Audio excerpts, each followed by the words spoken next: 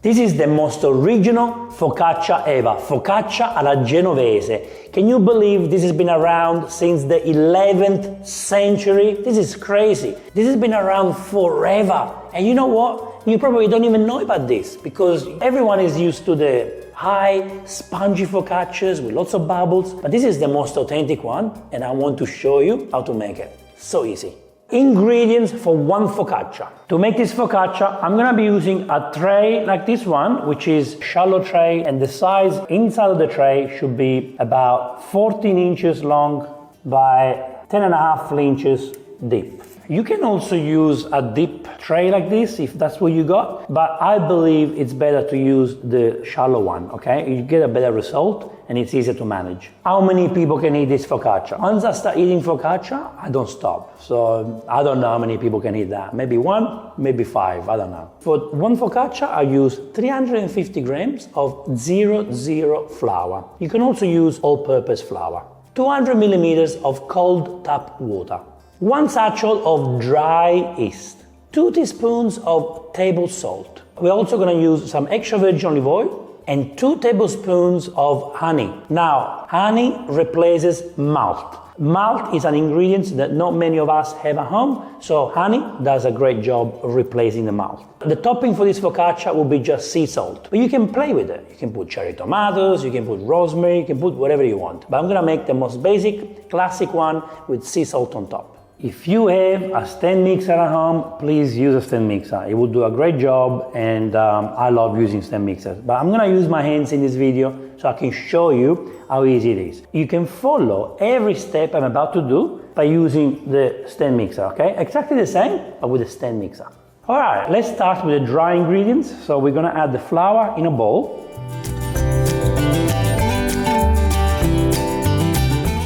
Now we add the salt.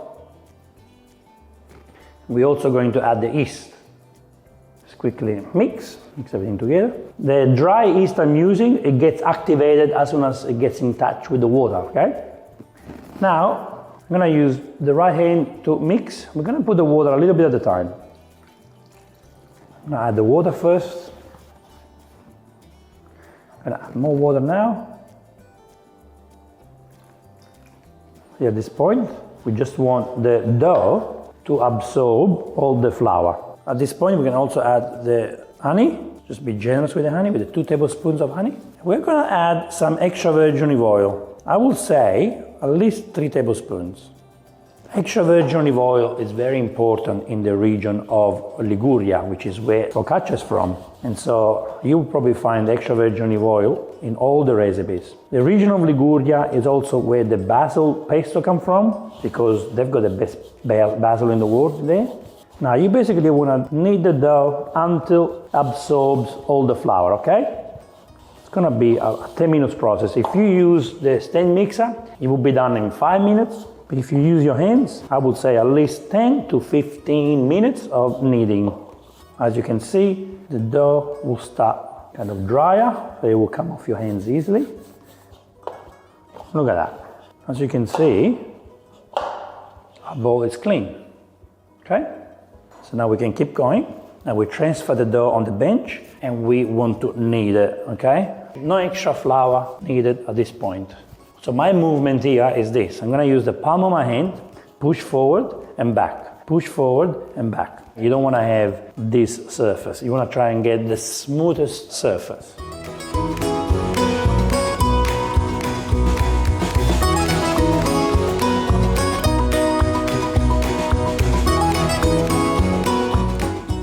I'm gonna add another drizzle of olive oil on top and some on the bench. And here we go. Yeah, now it feels beautiful. Now it feels right, yes. Like I said, if you use a stand mixer, it's a lot easier, but I think it's a lot easier to use your hands.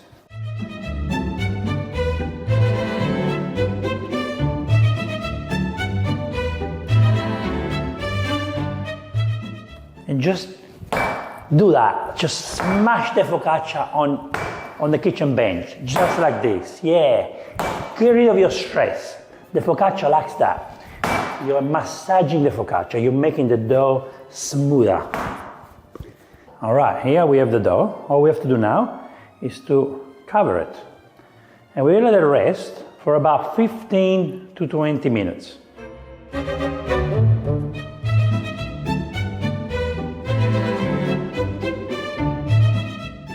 Okay, it's almost time to play with the dough again. So what I want to do now, I want to put some extra virgin olive oil on the tray.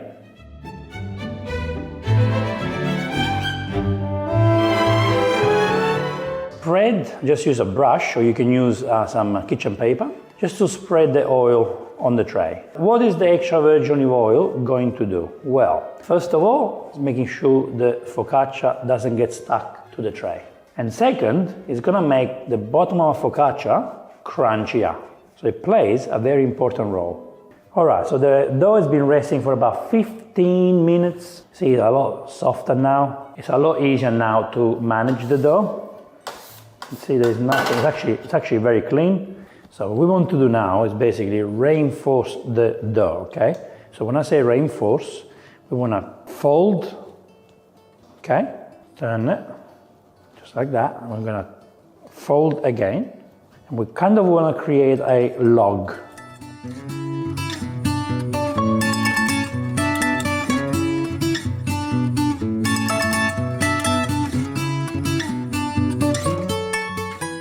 It's very important at this point to reinforce the dough, okay?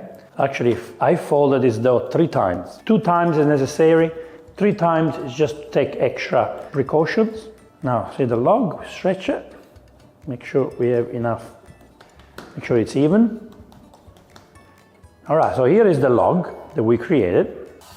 Now we get a tray, and we're going to place the log right in. See how perfect it is? Might have a little bit more dough on this side, but that's okay, because we're going to spread the focaccia later on. Actually, what we're going to do now is we want to put some extra virgin olive oil on top. We don't want the crust to get dry at any time. The most important thing to do here now is to make sure the crust doesn't get dry, okay? So the olive oil will preserve the surface of a beautiful focaccia and avoid any dryness. Here we go, great. Now we're going to cover the focaccia and we'll let it rest for 1 hour. The resting time for the dough from now until we cook it is extremely important. So follow my steps to get the crunchiest and most moist focaccia Genovese you can get. All right, it's been about an hour and look at this dough. Look how relaxed it is. Ooh, yeah, look how relaxed it is. So all we need to do now, okay, is to actually press. And look how easy it is to stretch. It does stretch very easily. See, if your tray is moving, what you can do, just put tea towel underneath your tray, put it on top, and that way it doesn't move anymore, okay? Now we basically want to spread this focaccia everywhere on the tray. And we're not done yet, guys. We still need to let the focaccia rise, which is gonna be 2 more hours before we get to that point. For now, let's work on this. Let's put more extra virgin olive oil on top. I'll use this brush to spread the olive oil. Don't be scared of olive oil because it adds a lot of flavors. What we're going to do now, we're going to put this back on and we'll let it rest for another hour. In an hour, we're going to do this with the fingers one more time. We're going to add the toppings. The toppings chosen today is the sea salt, okay? And we're going to be adding also water and extra virgin olive oil before we cook it. All right, let's do another hour, room temperature, and then I'll show you what to do for the final hour. All right, it's been 1 hour. Let's reveal the focaccia. Look at that. It grew already, you can see. What we're going to do now, again, with our fingers, look at that. We're going to spread this dough again with our fingers, and can you see how more elastic it is? You can see how it grew. Yeah, you can see. Look at that. It's so important to let it grow. Extremely important. Try and spread it in a way that you have no gaps. I can feel it how moist it is, and I believe you can see that too. You can feel it. You will be able to feel it. All right, great job. Okay, I haven't added any salt yet. I'm gonna do the salt right at the end before we cook it. This is a very important step that we do now, guys. What we're gonna do now is this. We're gonna place extra virgin olive oil all over the focaccia.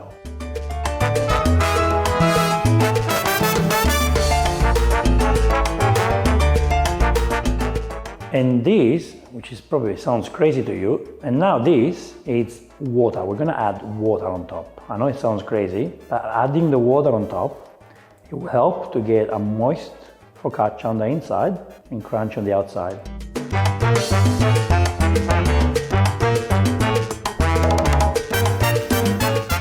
You basically want to cover the entire focaccia with the water. What the water is going to help us to do is to get a moist focaccia on the inside, while the outside is crunchy. Without the water, it will be too dry, and you don't want a dry focaccia, trust me. All right, just press a little bit with your finger, just like that, just to give it the shape of your finger. By doing this, you are also allowing the water to go inside the filling. Okay, now the best part about this is we don't need to cover this anymore, okay? Now this is wet, so it's safe. What you need to do now is to wait an extra hour before you cook the focaccia. We don't need to cover the focaccia anymore because it's wet and it's not gonna dry up, okay? If you don't wanna cook the focaccia today for any reasons, okay, what you can actually do is to place this as it is in the fridge, okay? Place it in the fridge, maybe put some plastic wrap if you wanna be safe in the fridge, you don't have to. When you're ready to cook it, you take it out of the fridge at least 2 hours before you wanna cook it, okay? Very easy. Okay, it's been an hour and look how much it grew. See? It grew, you still got the water and the oil there. So I've got the oven on and we're ready to bake it. Just before I bake, I just wanna press one more time. Look how soft it is, look. Just press one more time, gently, this time very, very gentle, okay? Not too hard. You can see how soft it is. Now I've got the sea salt here, so we're gonna spread the sea salt everywhere. Put as much as you want, okay? But don't go crazy, please. Put sea salt, great. Now we're gonna bake it at 220 degrees Celsius, a static mode, conventional mode, for about 20 minutes. This is also the time where you can adjust the edges. All right, let's go. All right, it's been about 24 minutes in total, and this is our focaccia. Look at that. Look how beautiful it is. This is the original old school focaccia. Look how rustic it looks. And this is a timeless piece. You take it out of the oven, try to get it out of the tray as soon as possible because we want to keep the bottom nice and crunchy, right? Look how beautiful it is. What's going to happen now is this will cool down. The bottom part is not going to become soggy, but it's going to kind of crunch up a little bit, okay? Which is not as crunchy as yet. Still a little bit wet. Just want to show you the bottom of the focaccia as well. Look, it's perfectly cooked. Now we're going to rest this focaccia on the rack for about, I would say, 10 minutes so that we get the crust to relax and to get crunchier. The middle part, it will cool down a little bit and then we'll get to enjoy it. While we wait for this to cool down, I just want you to listen to the crunch, listen, okay?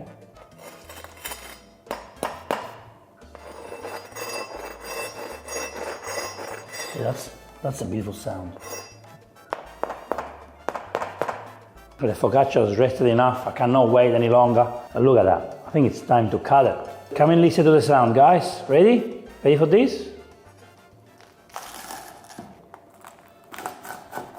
Oh, yeah.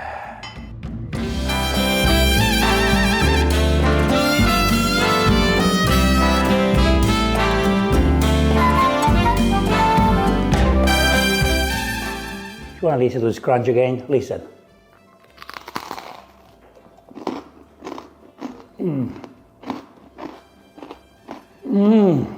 Crunch bits, moist bits, listen to this. What a sensational focaccia. And the salt on top is just perfect. Do you like it, Ale? Alessandro is loving it. Well done. The kids are enjoying it. I'm enjoying it. I think it's a winner. So what do you think of this, huh? Do you like it? I do like the focaccia, that high one, fluffy, you know, spongy, but this, how do you go wrong with this? How do you go wrong with such a beautiful delicacy? You tell me, please. I'm so happy to have shared this with you. I love you guys so much. Every single week, guys, I get to share more and more and more with you. I've been sharing recipes with you since 2014. It's been a beautiful journey, guys, and I thank you so much. Well, see you in the next Vincenzos Plate video recipe. E ora si mangia focaccia!